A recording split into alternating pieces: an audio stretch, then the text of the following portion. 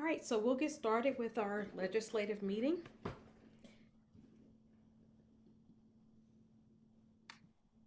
So Mr. Burdell Williams, we'll start with you with the Pledge of Allegiance.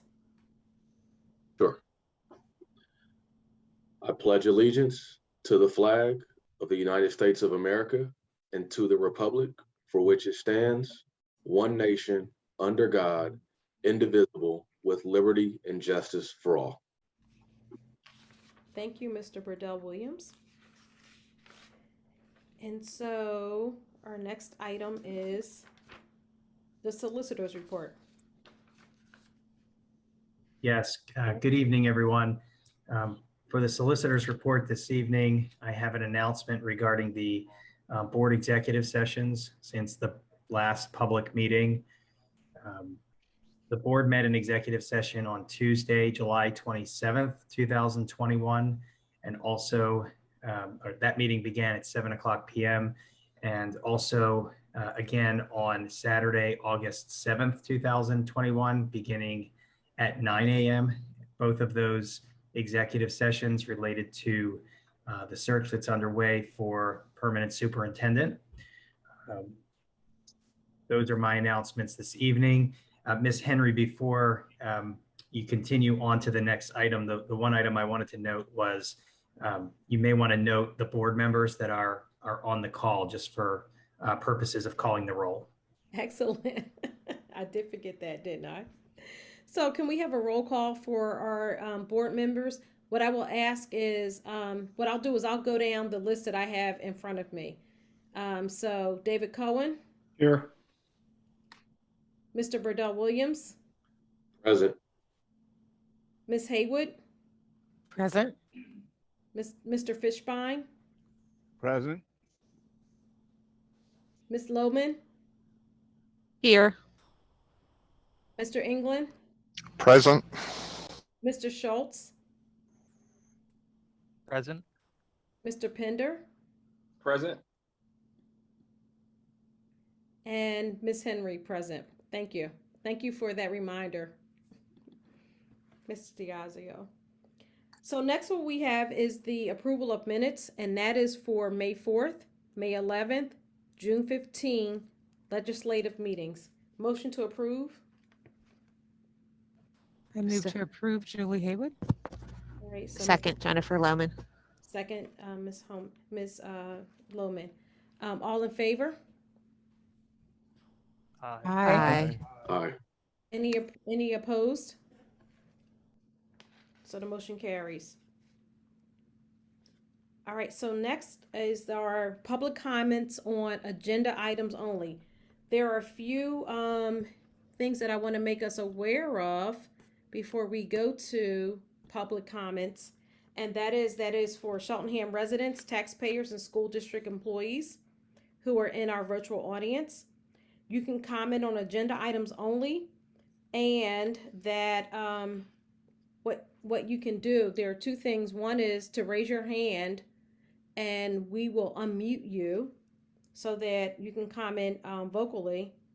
Or if you don't have access to Zoom, your questions can be submitted via CSD board meeting comments at cheltenham.org.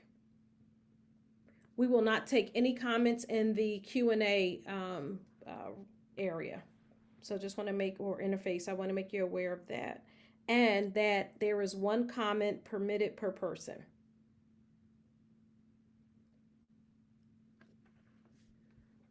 So I don't see any right now, any comments or any hands raised in the chat area.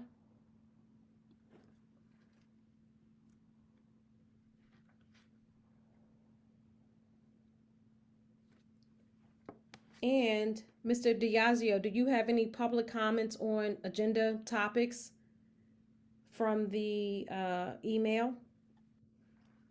I have not received anything, no.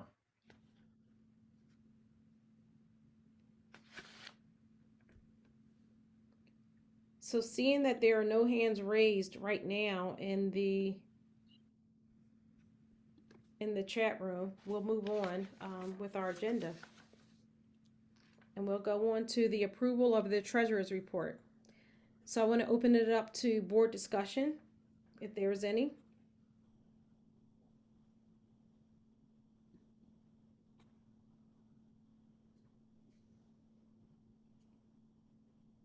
And seeing none, I will go to a motion to approve the treasurer's report. All in favor, say aye. Hold on. Ms. Henry, you'll need to someone will need to make the motion, and then you'll need a second. Okay. And then you can call the vote. Thank you. Ms. Henry, I'll make the motion. So motion to approve by Mr. Pender. Is there a second? Second, Joel Fishbein.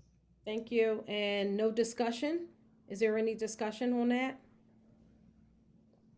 And so all in favor? Aye. Aye. Aye. Any nays? So seeing that the motion carries.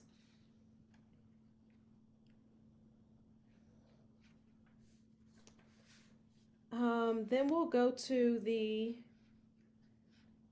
Montgomery County Intermediate Unit report by Mr. England.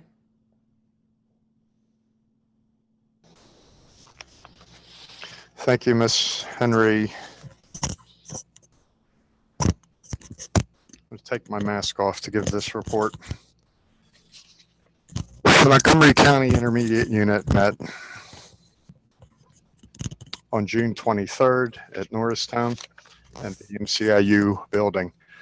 There was an election that was held. The results of the Montgomery County Intermediate Unit Board annual election were announced, and the MCIU Board will seat the following members for terms effective July 1st, 2021. Pottsgrove will be represented by Ashley Custer, Perkiomen Valley, Sarah Evans Brockett, Upper Dublin, Darlene Davis, Wissahickon, Amy Ginsberg, Upper Perkiomen, Judy McGinnis, Norristown area, Sharon Mausch, Methacton, Andrea Reese, Jenkintown, Patrick Wicks.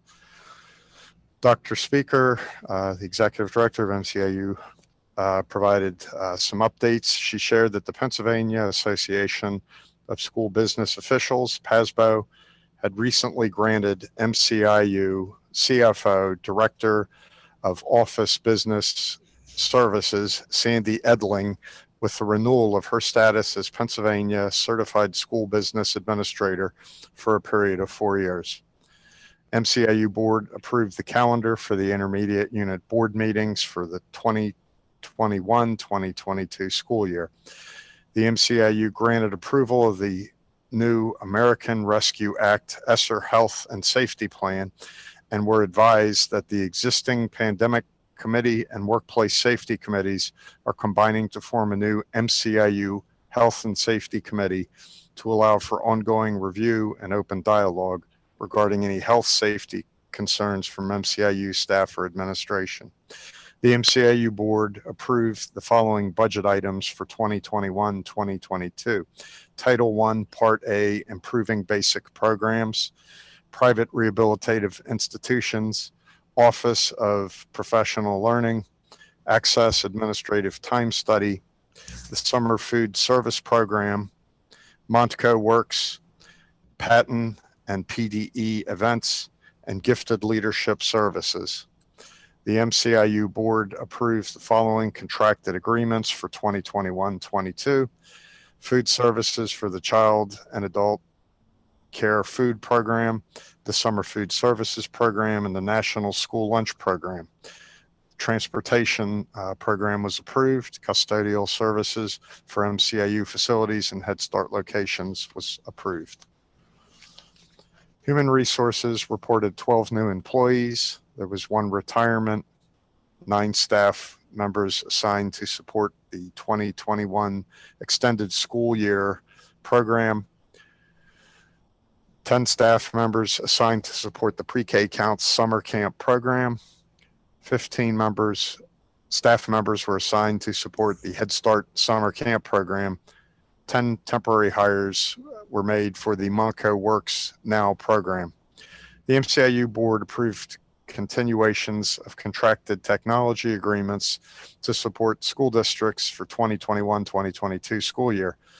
the continuation of data support services for Souderton Area School District, and a continuation of the technology leadership services for Pottstown School District. The MCIU board approved a number of contracted service agreements to support its many trainings, programs, and services. Upcoming dates, Monday, August 23rd, 8:30 a.m., MCIU All-Staff Opening Day. This will be at North Penn. August 2021, date and time to be determined, will be the next MCIU Head Start Policy Council meeting. Wednesday, August 25th at 6:45 p.m. will be the next meeting of the Board of Directors. Friday, October 8th will be the grand opening celebration of the Early Learning Academy in Norristown. This concludes my report. Thank you, Mr. England. Next, we have the Eastern Center for Arts and Technology, Mr. Burdell Williams. Thank you, Ms. Henry.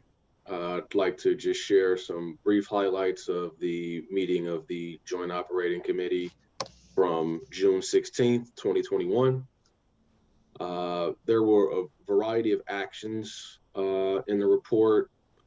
We reported under the President's report, every year there's an annual awards night that Eastern holds. This year, they were able to do it on Upper Morelands football field, which was much different than the year prior. There were 123 students who were awarded for a total award gift of about $36,000, and that money is awarded to those students from the Eastern Foundation, which is a nonprofit that is very much so similar to the Cheltenham School District Foundation.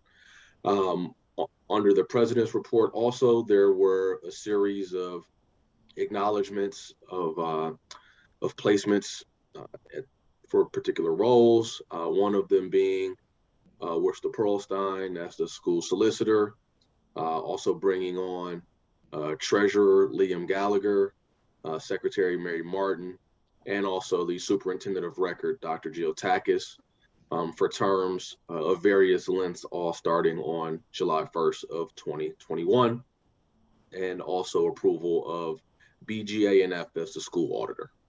The Joint Operating Committee approved all financial reports and disbursements for May.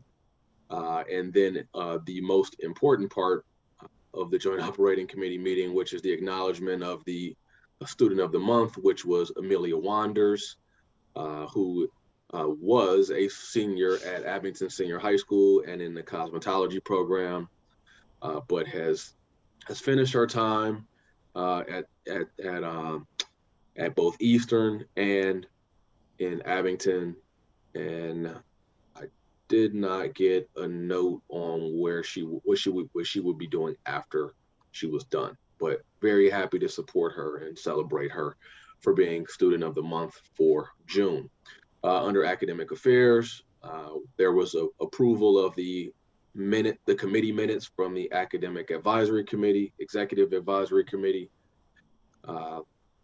In addition, there was some notifications just regarding enrollment for the summer cosmetology program. There were 48 students. The June 1st registration was 682 students with 643 enrolled, which is up just a little from where we were this time last year, which is really exciting. Under Academic Affairs, there was approval of a new program. That new program is the Exercise and Sport Science program. At our last Cheltenham School District Board meeting, legislative meeting, I did share some details of that program. Other details can be found on the Eastern Center for Arts and Technology website. There was also approval of the Executive Advisory Committee membership, as well as Occupational Advisory Committee membership. There was approval of the 2021 marketing plan and program reviews of collision repair and protective services. All programs will run. There was also approval at that point of the Eastern Health and Safety Plan, which really centers around the perspective that all programs at Eastern will run full-time for the 2021-2022 school year. and then also approval of the Eastern goals under the policy committee. Those goals can be found on the Eastern website as well. One that I'm most particularly proud of is goal number 3, which is to promote equity in all facets of Eastern's operations, to become a culturally proficient school that recognizes and values diversity and inclusion.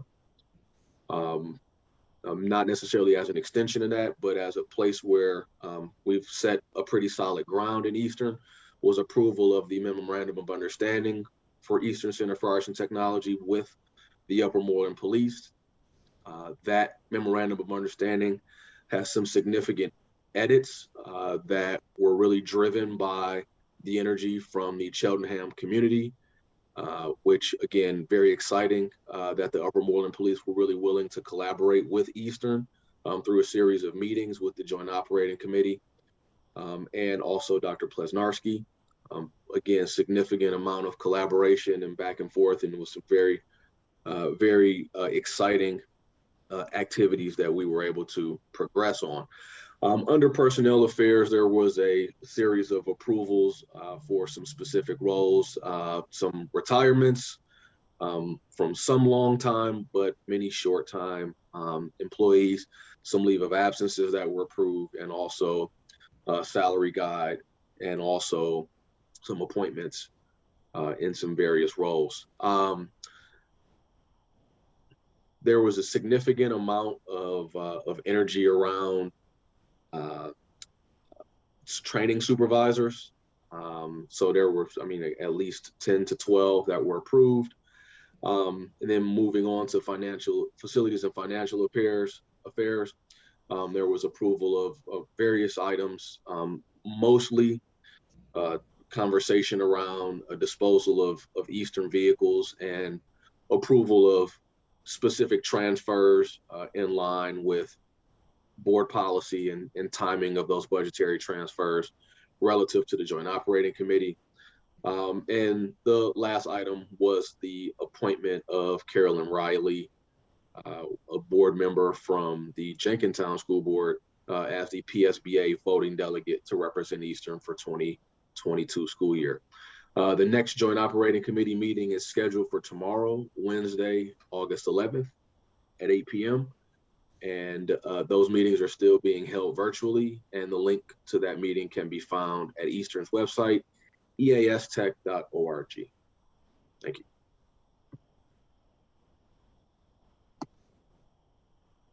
Thank you, Mr. Burdell Williams, for that report.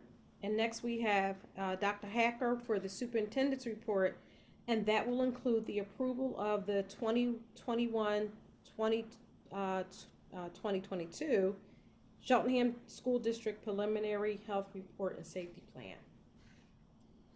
Thank you, Mrs. Henry. Yes, the health and safety plan is attached, and I'd like to remind everyone that that is a fluid document, that as conditions change and as we need to perhaps implement either more stringent procedures or hopefully even relax upon current procedures, we will be revising that health and safety plan along the way in order to reflect any of those changes. The plan has already been uploaded into our ESSER 3 eGrants site at the Pennsylvania Department of Education. And as I said, if we need to make revisions on it moving forward, we will include those revisions and upload it once again to that site. Our ESSER 3 funding grant is dependent upon that submission of the health and safety plan. As everyone is now aware, we will be enacting a masking requirement for all students, staff, and visitors to all of our buildings beginning next Monday. We strongly recommend prior to Monday that everyone in our buildings please begin the process of wearing masks. I know we have an event tomorrow evening and the following evening at Cedar Brook Middle School for orientation for parents. We would request again that parents please mask up as they're coming into the building for that. I'm also very pleased to announce that in conjunction and with the support of our Professional Staff Association, the Cheltenham Education Association, and our Business Employees Group, the BEC.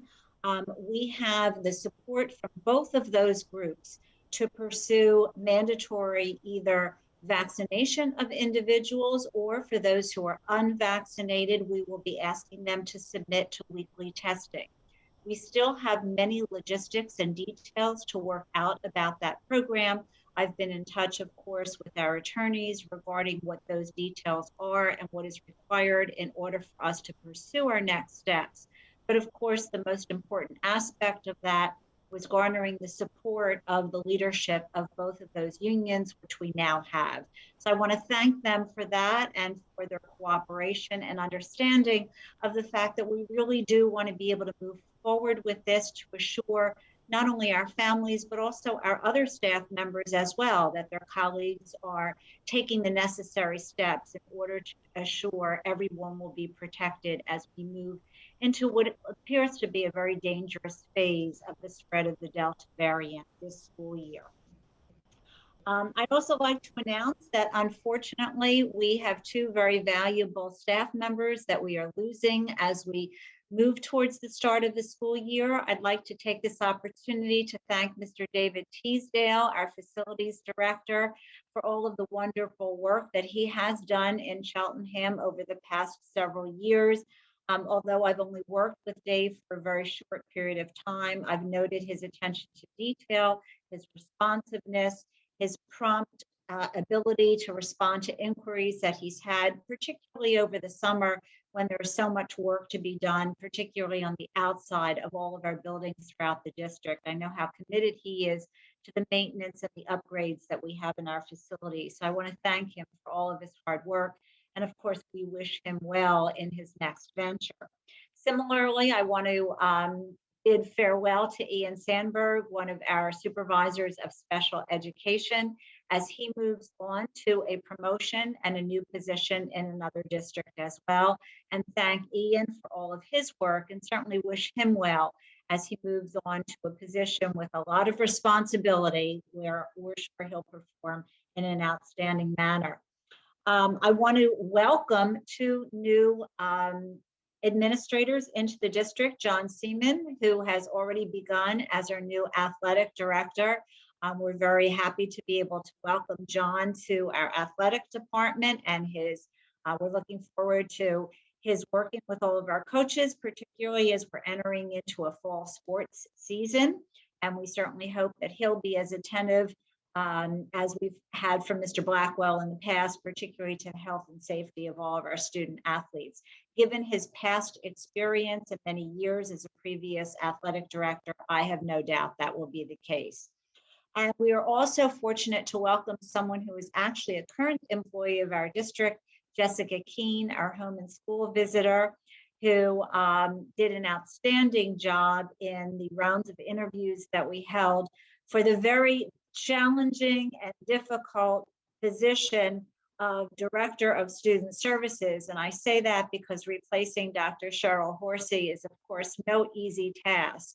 But I think we all agree that Jessica really stepped up to the plate.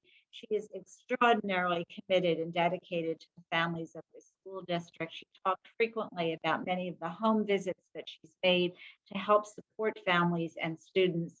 And I know that she will bring to her new role the same level of caring and commitment exhibited by Dr. Horsey during her tenure in the district as well.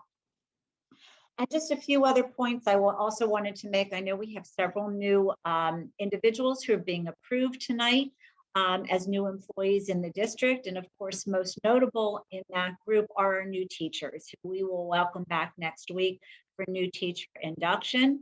I'm extraordinarily happy to report that I've met with an overwhelming number of the ones who are being appointed to their roles this evening. I want to commend our principals and other cabinet level administrators who sat in on all of those interviews. We had teachers who sat in on those interviews as well. It's a wonderful group of young people who are really eager to begin their work here in Cheltenham. So I was happy to have the opportunity to meet each one of them and to speak with them and to certainly note their enthusiasm about working in our district. And this week, finally, all of the cabinet level and building level administrators are involved for 3 days in an annual leadership seminar. I want to thank Dr. Smith and many of our other administrators for helping to organize. This is 3 days of rather intensive professional development and informational sessions for all of us. Mr. Diazio actually came today and spoke to us about the MOU and the specific changes that were incorporated into it this time and the revisions that were made. We have several experts from the University of Pennsylvania, 2 of whom met with us today to talk about their focused work on members of our African American community in our schools and ensuring that they have access to rigorous high-level coursework. They will be working directly with students and hearing from them over the course of the year. Dr. Barbara Moore-Williams will be one of our speakers this week, along with 2 other individuals who work on equity and cultural proficiency from the University of Pennsylvania, and a number of other individuals who are scheduled to come in and work with us, as well as our own administrative team who are sharing information about things such as our assessment calendar and other issues that we're facing as we begin a new school year. So I just again want to thank all of those individuals for giving us their time in order to review those things before the start of the school year. And that is my report for this evening. Thank you all for giving me the opportunity to share this information with all of you. Thank you, Dr. Hacker.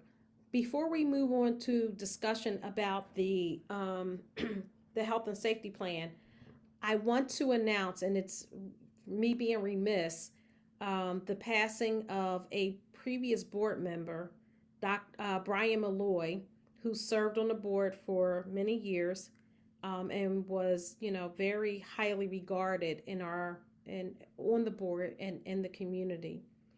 So with that, I'd like to first open it up to our board members who may want to make comments about Brian Malloy.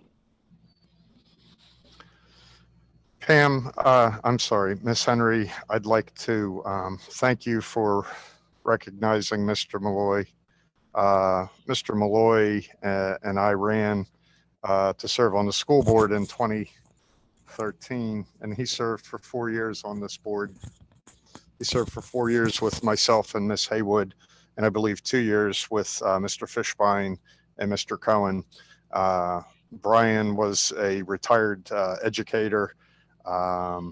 He was very active in the community, and he was just a good person, a good friend to many, many people. He is sadly missed. He is survived by his wife, Janet, and 2 sons, and they live in Cheltenham. So it is a loss for our community. Thank you. Thank you, Mr. England. Ms. Haywood? Yes, thank you very much, Ms. Henry. It's really with a heavy heart that I acknowledge the passing of Mr. Malloy, more fondly known as Brian. He started a pickleball league in our community, of which there were a lot of people that participated, but more importantly, as a board member, Brian always brought a reflective viewpoint on any decision-making that we had to make. He was always very intentional about, getting additional information, but he always did it also with a light heart behind him. I know I will miss Brian, and I really want to extend my condolences to his wife, Janet, and his two sons. So thank you for the opportunity to share a few comments. Thank you, Ms. Haywood. Mr. Cohen? Yes, as Mr. England noted, I served with Mr. Malloy for 2 years. I found him to be a very thoughtful and caring individual who was dedicated to the school board and his family. And he was also an honored and respected teacher during his career. And my thoughts and well wishes and thoughts for well-being go out to his family. And again, he will be significantly missed in the community. Thank you. Thank you for those comments. Mr. Fishbein? And one last thing that hasn't been mentioned, everything that has been said, I wholeheartedly agree with. But the other thing he did it with was a great sense of humor, and he really he brought light into a room, and you could tell that he had a tremendous impact on the students that he had the opportunity to teach, because there was an outpouring on Facebook about it after his death. But I also knew some of those students because of personal connections that I had, and they just adored him. He was one of those teachers whose students who had him remembered for their lives. That kind of guy, and he will be sorely missed. Thank you, Mr. Fishbein. I'd like to move to, as impactful as your comments were, thank you so much for those. Comments on the health and safety plan. And so for the board discussion, if you all have comments, please raise your hand.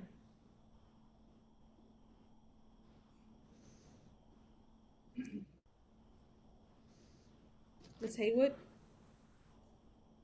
Thank you, Ms. Henry. I want to thank Dr. Hacker for the flexibility in looking at our health and safety plan in light of the changing conditions in both not just Montgomery County, but in other surrounding counties as well.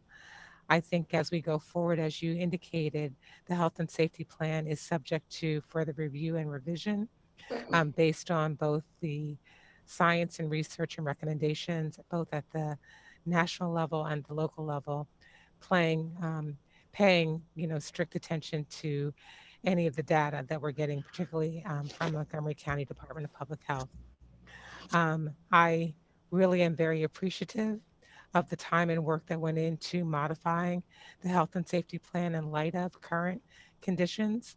And this evening, I will be voting in support of approving the 2021-2022 health and safety plan, which clearly, as we have been most focused on, is the health and safety of our staff, our teachers, our students, our families, and our visitors into our schools. So thank you.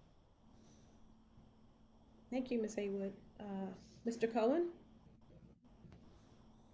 Yes, thank you. I want to echo Ms. Haywood's comments and also add, while I'm not asking for this, I don't believe that legally we can do it in terms of requiring vaccinations. I am heavily suggesting that anybody that can be vaccinated that's not been vaccinated yet, including staff, teachers, parents, other people that visit our schools, please get vaccinated. If you have concerns, reservations, please talk to a medical professional, a family doctor, or somebody else in the medical community. And again, I just want to encourage people, for the good of the community and families and people that cannot be vaccinated in our schools, and we younger students, to please try to get vaccinated if you've not been vaccinated yet. Thank you. Thank you, Mr. Cohen. Ms. Lohman?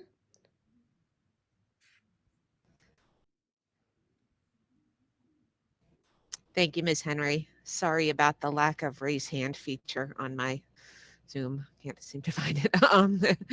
I had a comment and a kind of a question, I guess. The comment, first of all, is it's my understanding that the Lower Merion School District has been asking families to voluntarily disclose the vaccination status of their children 12 years and older.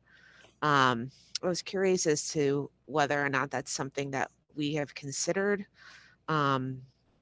just basically so they can kind of, I think, get a handle on sort of who's vaccinated where. But I just throw that out there as a comment. The other question I have was wondering, Dr. Hacker, or maybe, I don't know who the appropriate person would be to answer this, but is to talk about how this health and safety plan interacts with the emergency instructional plan that we're being asked to approve as part of the educational affairs portion of the board meeting. To answer your question, first of all, there's actually very little alignment. The only alignment between the two is that the health and safety plan obviously would have to be revised if, because pandemic conditions warranted, we would have to revert to either a hybrid model for instruction or a 100% virtual model. That information would simply go back into the health and safety plan as part of the revisions. But as far as the flexible instructional plan, the intent of that is really to seek approval for the instructional process that allows for hybrid or virtual instruction. The purpose of the health and safety plan is really more, it is less about instruction and more really about the measures, the protocols, and the practices that we will have in place in specific areas, such as building cleanliness, ventilation, sanitation, and so forth, as well as social distancing, distances between desks, masking, and so forth. So one is really more health related and the other is an instructional programming type of plan. Thank you. Okay, thank you, Ms. Lohman. Mr. Burdell Williams? Yep, thank you. I won't repeat any of the great commentary that has been shared by my colleagues. I do want to just thank the community for their input and feedback on the topic of masking or not masking. As one board member, I'm always excited when we receive communication from the community on whatever topic. It helps inform our decisions and really allows us to make an informed decision. And again, I, as one board member, appreciate the community for the feedback, both, for and against, but in this particular case, any amount of feedback from my perspective is applauded. That's all. Thank you. Mr. Schultz? Thank you. I wanted to thank everyone who's been involved in thinking about this document and developing it to where it is, and also to thank the community for how much care and attention you have in general around safety with this pandemic. And to highlight that, and not just in the past, but also today and going forward, because it's so important that we are able to provide opportunities for our students to be educated, particularly to try to be able to educate them in person. And as we all know, this pandemic is not over, and our ability to continue really is going to rely on our community acting appropriately, being careful, continuing to be cautious. And so just thank you, everybody listening, for being careful. And please, in addition to being vaccinated, if you can, please just continue to take this disease seriously so that way our students are able to meet in person. Thank you, Mr. Schultz. Are there any other comments from the board? And seeing none, I'll make a call to the vote. All in favor of the health and safety plan, say aye. Ms. Henry, was there I don't recall that there was a motion and a second for that approval. Right, you're right. Motion to approve the health and safety plan. So made, Mr. Cohen. Second, Mr. England. Or second, Mr. England. Thank you, Mr. Diazio, Mr. England, and who made the motion? I think it was myself. Mr. Cohen? Yep, thank you for that. All in favor? Aye. Aye. Any opposed? The motion carries. Okay, so next we will move to the committee reports. And we have Mr. Fishbein for Financial Affairs. Can you all hear me? Okay. The Financial Affairs Committee met on August 3rd virtually, and the agenda was an update of our 2020-2021 financial results, a discussion of our fiscal goals for 21-22 school year, highlighting the BEC union contract negotiations that are ongoing. The food service RFP, ways that we'll attempt to find cost savings at the building level, and our use of ESSER funds. I'll summarize each of those very briefly. You can find the PowerPoint presentation that was used for that meeting to get all of the details on the district website under the August 3rd, 2021 Financial Affairs Committee meeting. And if you click on the presentation, you'll see what I'm about to summarize. Last year's finances were a roller coaster because of COVID. We had pretty substantial savings in some areas. We had increased costs, especially in charter school funds that went with students who left the district to go to charter schools. We had significant savings in transportation. And when it all came out in the wash, we went from having a projected use of fund balance or deficit of 1.1 million to a surplus that will go back into fund balance from our use of it in the recent past of approximately $2 million. The fiscal goals for 2021, 2022 are to keep that momentum to ensure the district's financial stability and to stop the use of fund balance. And in order to do that, because transportation costs are going to go back to what they were, we don't know yet much about charter school returns. We are looking to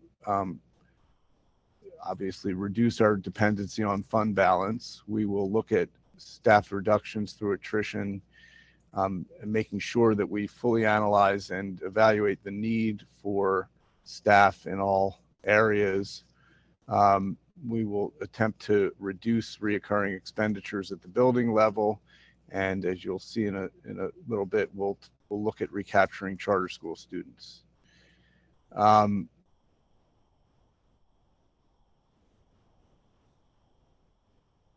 We also discussed the current state of charter school student returns, and that number here, excuse me, trying to scroll through my notes, bear with me.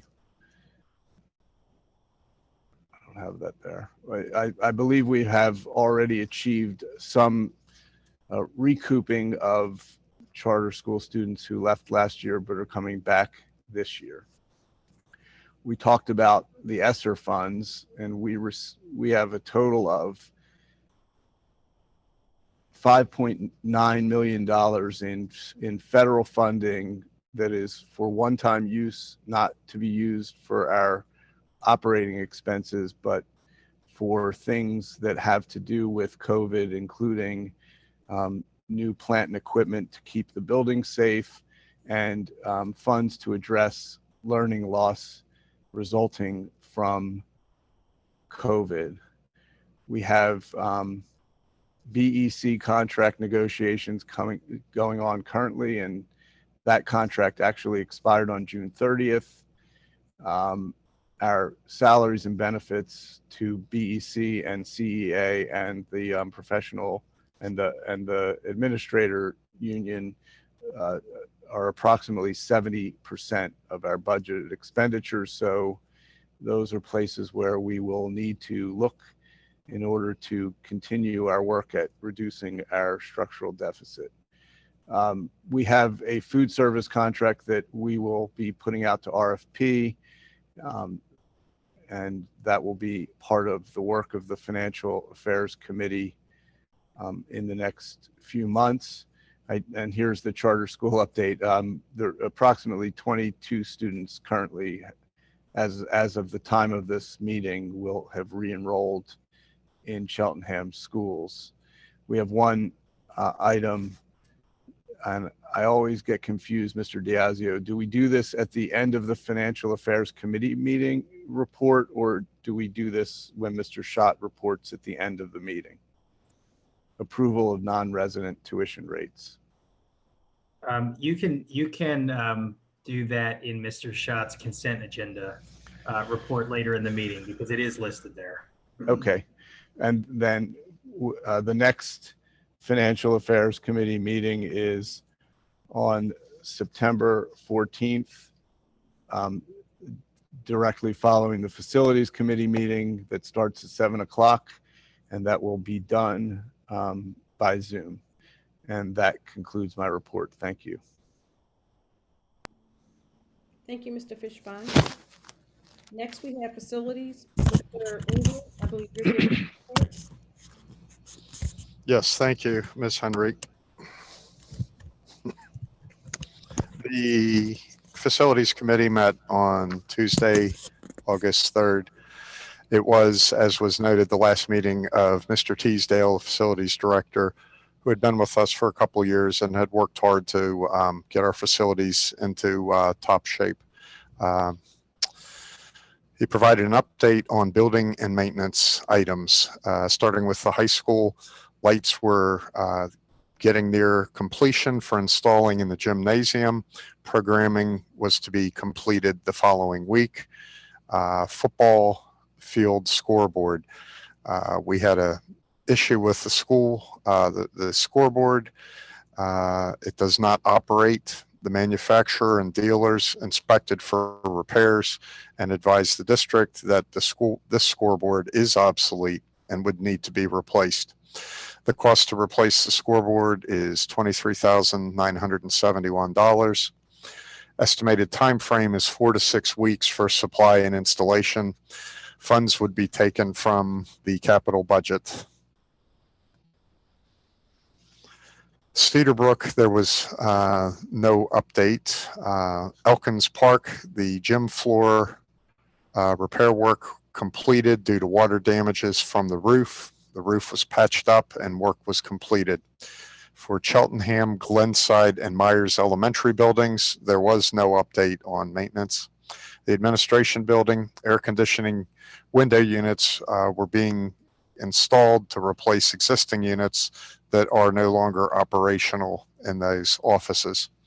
District-wide maintenance, the HVAC, heating, ventilation, air conditioning, all filters will be replaced in all systems across the district. These filters are changed 4 times per year. Air purifiers within the high school and Elkins Park, the pre-filters will be changed out over the summer break, and the HEPA filters will be changed out during the winter break. Painting continues in the high school. Once completed, Elkins Park will be painted as per the high school. Any identified areas and other buildings will be painted as needed. Parking lots and road markings are being reviewed, and where necessary will be painted or touched up. Water bottle fillers have arrived and are being installed across the district. These are replacing the regular water fountains, and these allow students to refill a reusable drinking container with water. There was some storm damage, significant tree damage across the district from the 2 storms we had in July. We had a contractor who came out to assess the work, and the schedule was put together to remove the trees. I believe that the trees that the main trees that came down have been removed. Preventive maintenance work orders will be completed as scheduled, and general summer works, checking restrooms, sinks, windows, doors, continues in preparation for the opening of school. Grounds update, mulching, all flower beds will be mulched across the district. Playgrounds will have playground mulch installed and general cleanup. Playground inspections will be completed over the summer.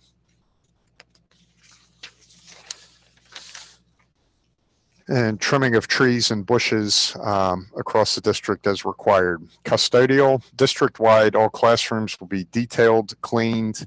This includes restrooms and basically all areas of the school buildings.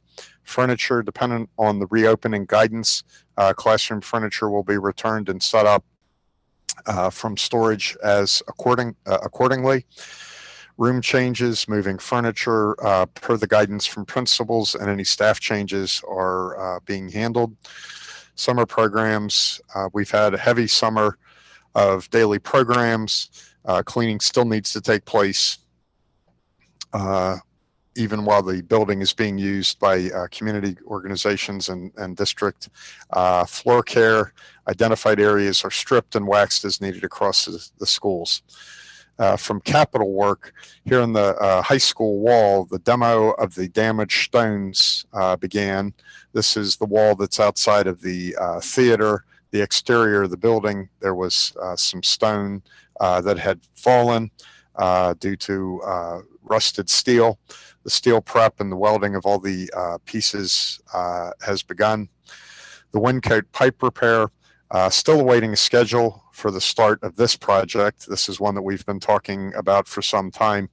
Mr. Teasdale was hopeful that we would have confirmed date by this week, and hopefully this work is either progressing or will be starting soon. Cedar Brook gym floor repair. Work has commenced on the damaged floor section in the Cedar Brook gym. Material will arrive this week to start relaying the floor. Should be noted that the damage to the floor in the Cedar Brook gym will be covered by insurance, by district insurance. The pipe replacement at Windcoat, this question has been asked previously. It is not going to be covered by insurance. This construction was done too long ago, and unfortunately, the failure didn't occur within a time where we could have filed a claim. Facility bookings, as of the time of that meeting, external bookings were open to the public. All information in relation to classifications and fee schedules is found on the district website under the facilities and maintenance page.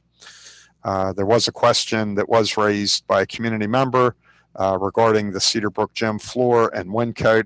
As I said, the question was whether these could be covered by district insurance, and as was the case with the gym floor, it is covered. Unfortunately, the glycol pipe at Windcoat was not covered. The next meeting of the Facilities Committee will be Tuesday, September 14th at 7 p.m. This concludes my report. Thank you, Mr. England. Next, we have the Liaison Group, Mr. Cohen. Yes, thank you. The Liaison Group met on June 28th. The first item discussed was Holy Sepulchre Cemetery about a real estate assessment issue. Next, there was a conversation about Linwood Hall and the property in terms of maintenance and the future of that property. Following that, there was a discussion about the Township and School District Administration buildings and about the possibility of working together long-term to identify a potential joint solution for both those buildings that are old and also are somewhat obsolete. There was next discussion about traffic calming measures across the township and plans for additional measures. Following that, there was a discussion and review of environmental initiatives in the township and also the school district, and how to educate the community about the environment and how residents can contribute. Following that, there's an introduction of the new Township Finance Officer, Mark Lieberson. And by way of record, Mr. Lieberson is a former school board member. Following that, there was a conversation about school taxes and about the impact of school taxes and the reasoning for school taxes in terms of their rates. There was a discussion with the chief of police about various issues. There was a brief discussion about a literacy library box at Linwood Gardens. Following that, there was a discussion on expanding participation and diversity on advisory boards for the township. Next, there was a discussion about the school's expectations for opening their facilities to outside organizations in the fall. And following that, there was an appreciation from the township about proper actions on some recent racially insensitive public incidents and what we can do to strengthen and improve relations. And by recent, again, that goes back to June and a little bit earlier, being that the meeting was held in late June. Following that, there was discussion on the township's share of recovery funds of federal funds and an initiative the township's working on to try to get a proportionate share of funds to get them increased. There was a brief conversation about land development updates, and the next meeting is scheduled for September 20th at 8 a.m. That completes my report. Thank you. Thank you, Mr. Cohen. Next, we have the Policy Committee. Mr. Schultz is going to report out on that.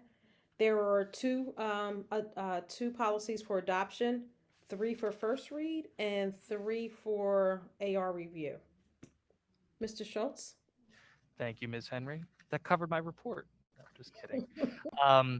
The Policy Committee met on Wednesday, June 23rd at 8:00 a.m. via Zoom.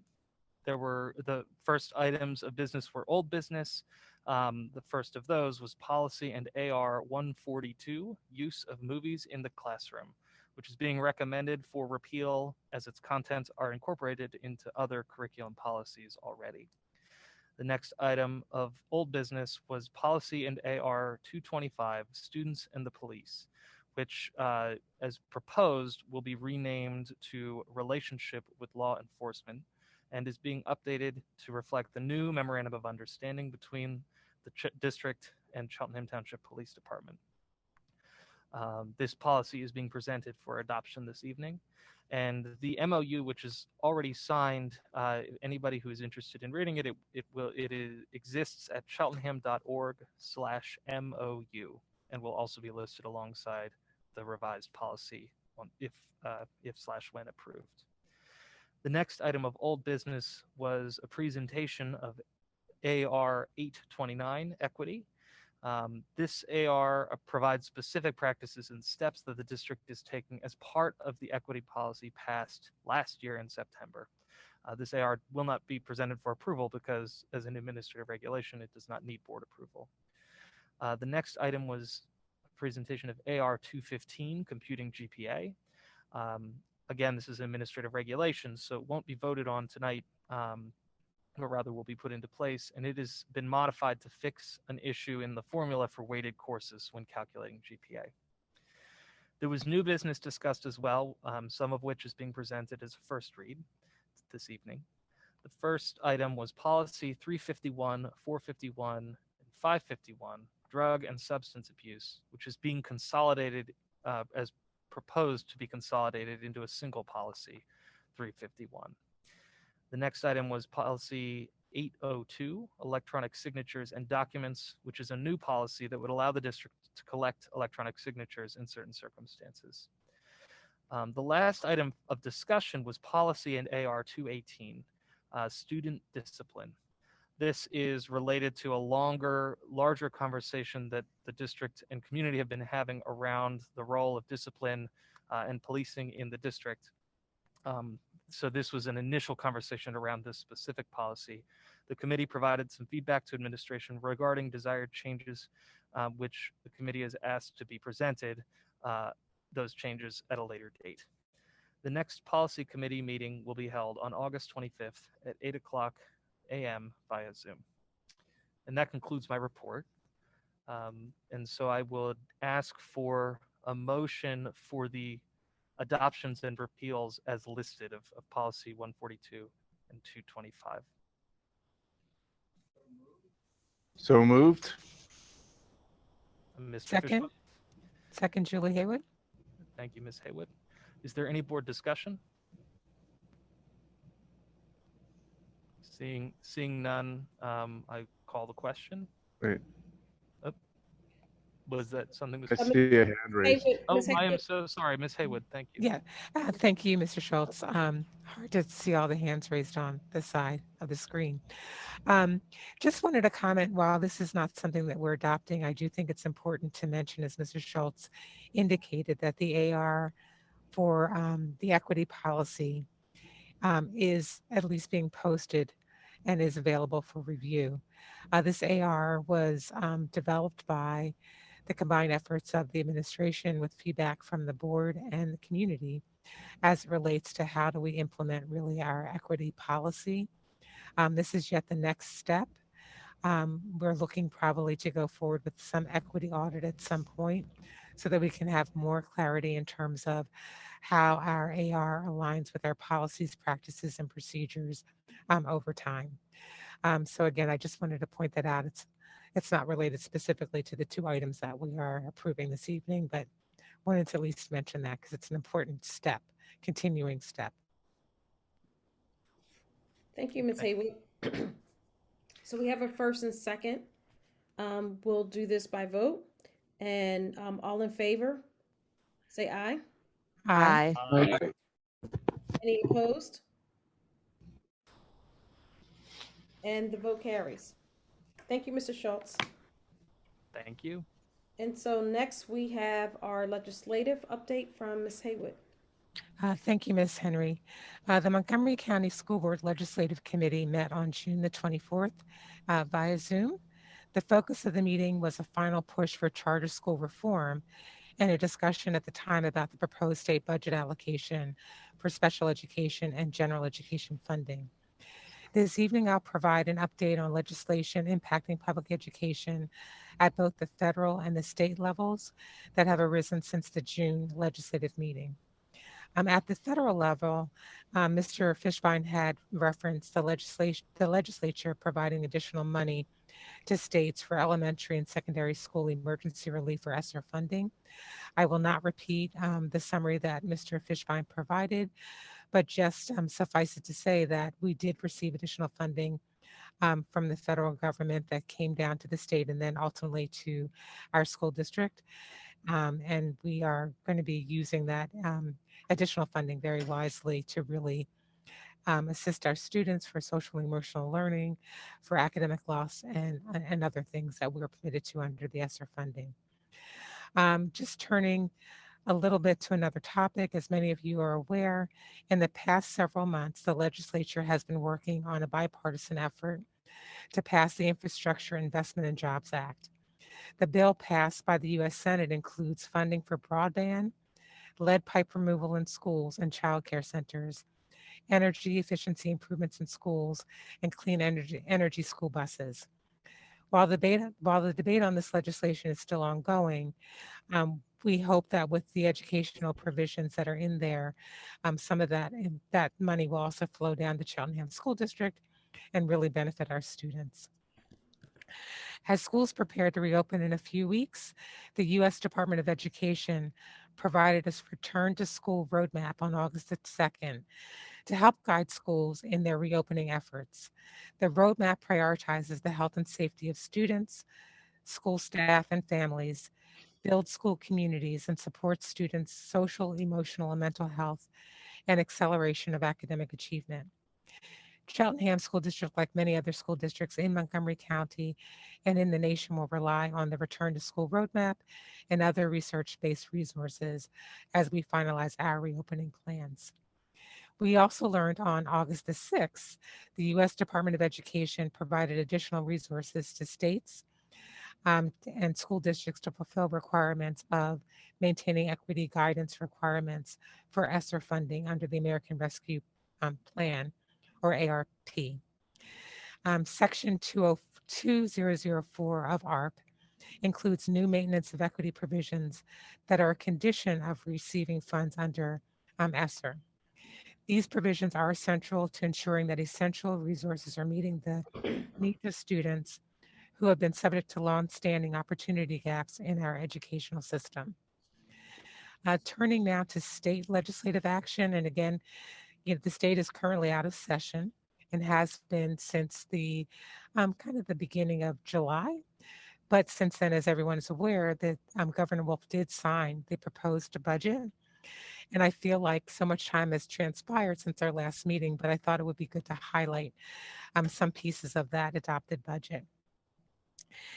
The state budget for 21-22 includes line item increases, including for an additional $300 million for basic education funding, $200 million of that will be added to the fair funding formula, $100 million for 100 most underfunded school districts. And that's basically a level up funding for the basic education funding that each school district received. We did not receive any level up funding this year. Under the 21-22 state funding, special education funding was funded at an additional $50 million and early education funding at $30 million.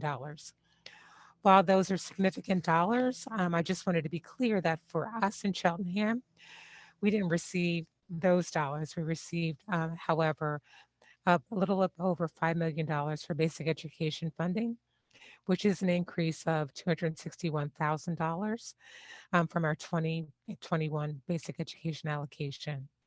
We also received about a little over $2.5 million, an increase from the 2021 special education funding.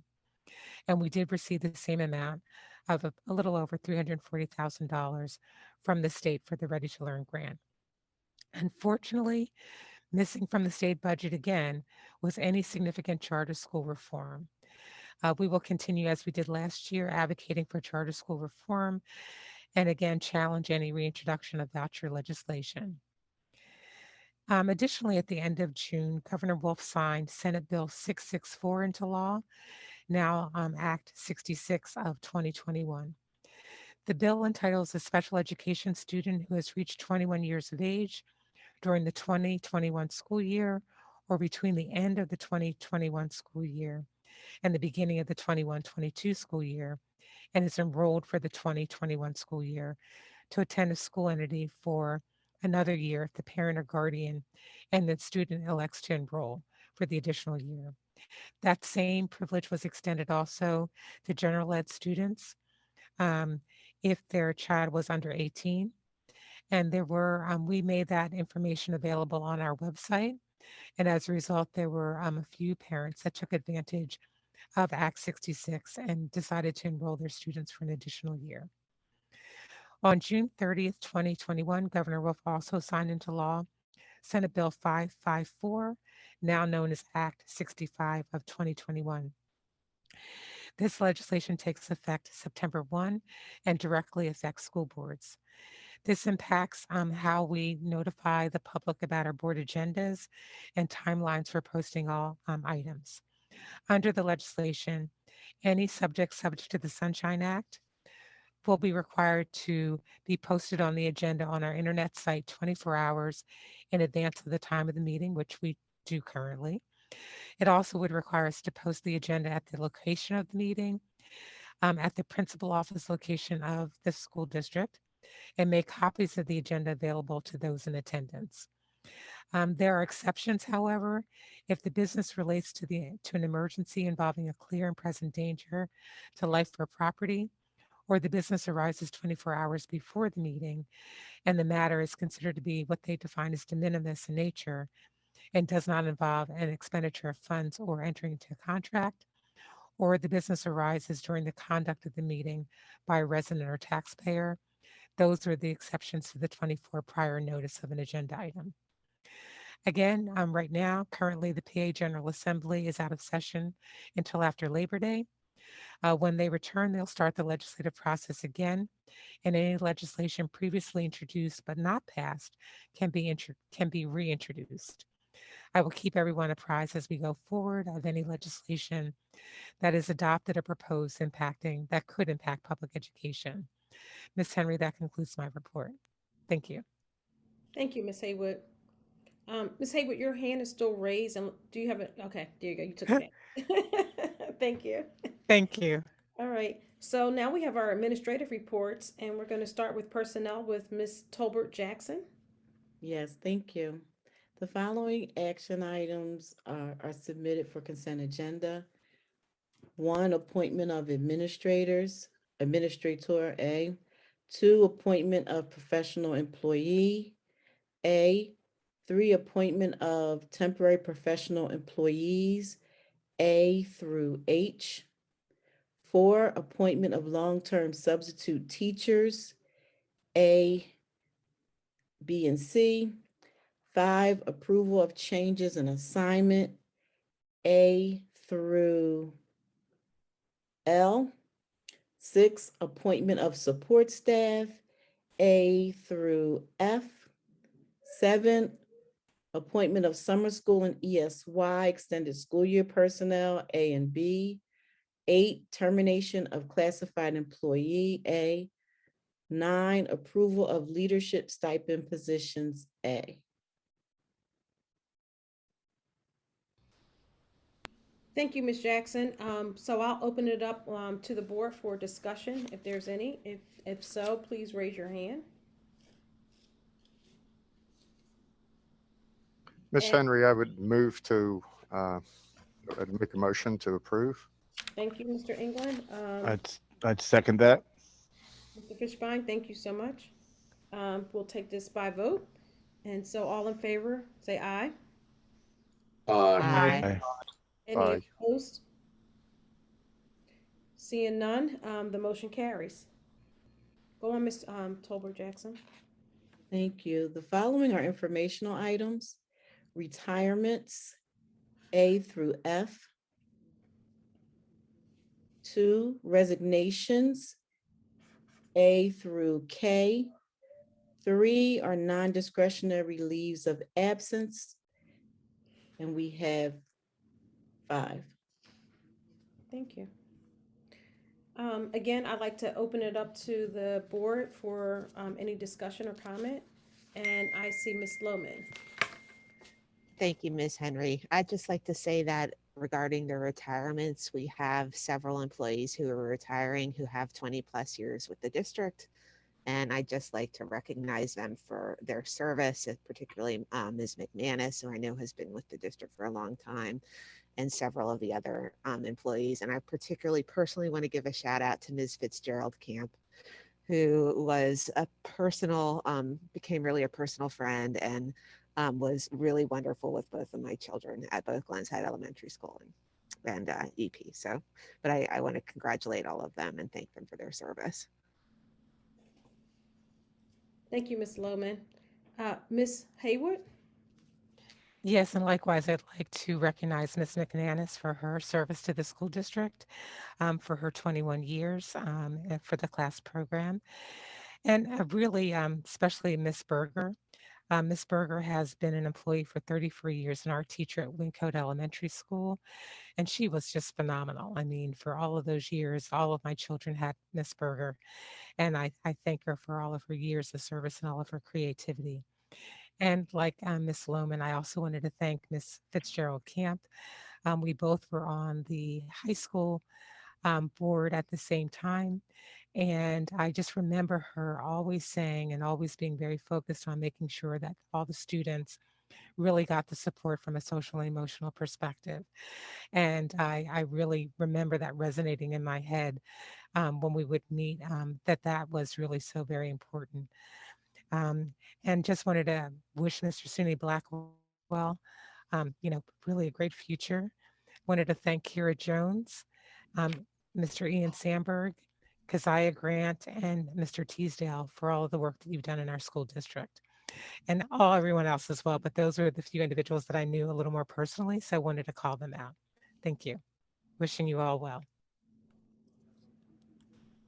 Thank you, Julie, and I wish everybody well, to your point. Next, we have Educational Affairs, Dr. Smith. Good evening. Before I submit my consent agenda, I want to echo the sentiments of what has been shared already about our retirees.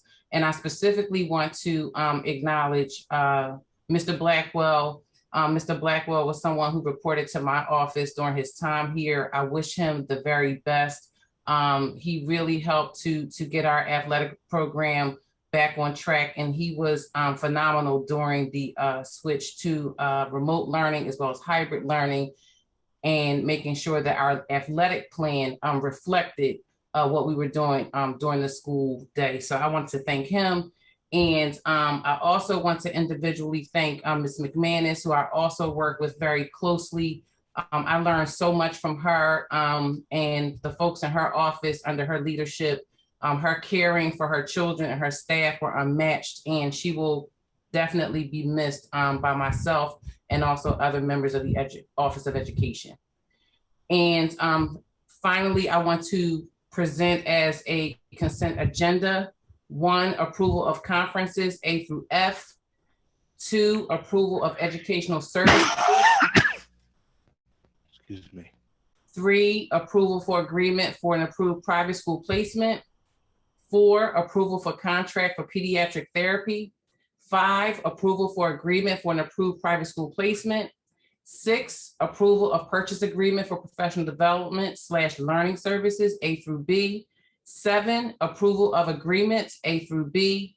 8, approval of contract. 9, approval of template. And 10, acceptance of donation. Thank you, Dr. Smith. Motion to approve? So move, Charles Burdell Williams. Second, Bill England. Thank you, Mr. Burdell Williams and Mr. England. And is there any discussion? If so, please raise your hand. And seeing none, we'll take a vote. All in favor? Aye. Aye. Aye. Aye. Aye. Any opposed, say nay. And seeing there are no nays, the motion carries. And for the record, I'm an aye. I didn't say it that time.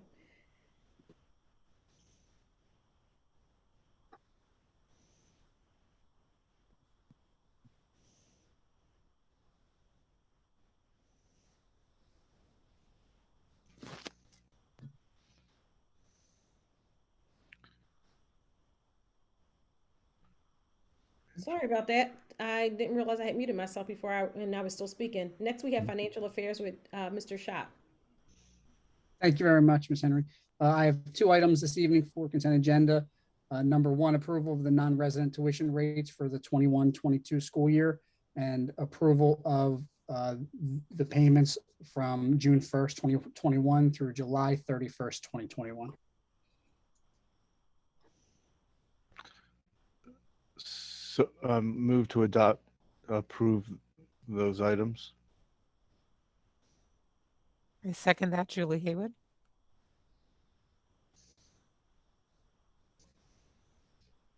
You're mute, Mrs. Henry.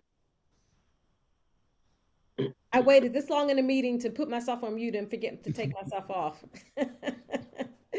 All in favor, say aye. Thank you for the motions, but all in favor, say aye. Aye. Aye. Aye. Any opposed? Nay. And the motion carries. So what we have next is public comments on non-agenda items.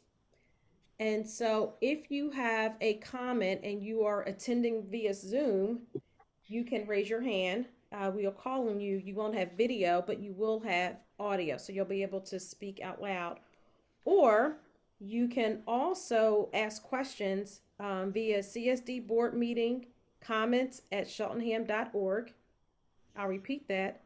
CSD board meeting comments at cheltenham.org. If you raise your hand or if you submit a comment via email online, please state where you reside in the community. So we will take 5 minutes, a 5-minute break so that people can add their comments or raise their hand. And the time is 8:17, so we will wait until 8:22. So we'll take a brief pause to allow people to either add comments to the CSD board meeting comments at cheltenham.org or raise their hand.